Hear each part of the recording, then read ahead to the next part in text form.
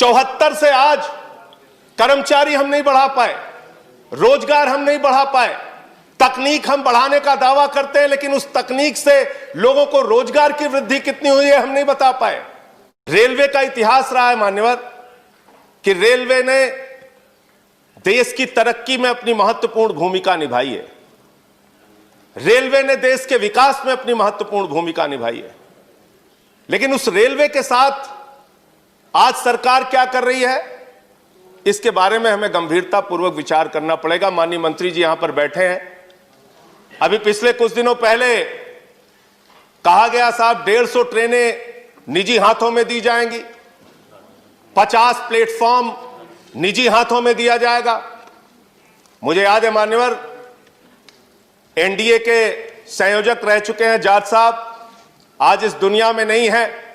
उनको श्रद्धांजलि देना चाहूंगा इस अवसर पर। 74 में उन्होंने बहुत बड़ी हड़ताल की थी, और जो 1974 की हड़ताल थी मान्यवर रेलवे की, उस हड़ताल में मांग थी कि 5 लाख कर्मचारियों को पक्का करो। और तब रेलवे के नियमित कर्मचारियों की संख्या थी 15 लाख, ट्रेनों की संख्या थी 11,000, आज ट्रेन हो गई 22,000, कर्मचारियों की संख्या घट के हो गई 13 लाख। 74 से आज कर्मचारी हम नहीं बढ़ा पाए, रोजगार हम नहीं बढ़ा पाए। तकनीक हम बढ़ाने का दावा करते हैं, लेकिन उस तकनीक से लोगों को रोजगार की वृद्धि कितनी हुई है हम नहीं बता पाए। निश्चित रूप से दुर्घटनाओं का जिक्र अभी हुआ, उसमें कुछ कमी आई है, अच्छी बात है। लेकिन ये सब कुछ निजी हाथों में करने पर आमादा क्यों रहते हैं आप? सब कुछ बेचने के लिए तैयार क्यों रहती है सरकार? कभी कहते हैं एयरपोर्ट बेच देंगे, कभी कहते हैं सेल बेच देंगे, कभी कहते हैं कोल बेच देंगे।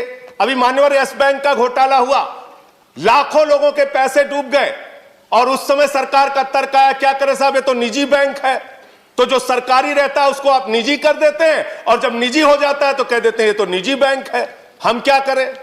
ये किस प्रकार की दोहरी व्यवस्था है? ये किस प्रकार से हमारी सरकार की सोच है? सारी कंपनियों को, सारी चीजों को बेचने की जो हमारी परंपरा है, उसको उस पे सरकार को रोक लगानी चाहिए। 2-3 पॉइंट मान्यवर और कह के अपनी बात को खत्म करूंगा। आउटसोर्सिंग एक शब्द है, हर चीज को आउटसोर्सिंग करना है। आउटसोर्सिंग कितना बड़ा घोटाला है और कितना बड़ा एक कर्मचारियों के साथ धोखा है, इसके बारे में भी सरकार को विचार करना चाहिए। ठेके पे आप सब कुछ दे देते हैं, सफाई से लेके सब कुछ आप ठेके पे दे देते हैं, और जो कर्मचारी काम करते हैं उन कर्मचारियों से ज्यादा तनख्वाह पे दस्तखत करा के कम तनख्वाह दी जाती है। मांग हुई तो आपने बैंक के खाते खुलवा दिए, जो ठेकेदार है उसने एटीएम लोगों के लेके रख लिए, वो पैसा खुद निकाल लेता है तनख्वाह आने के बाद।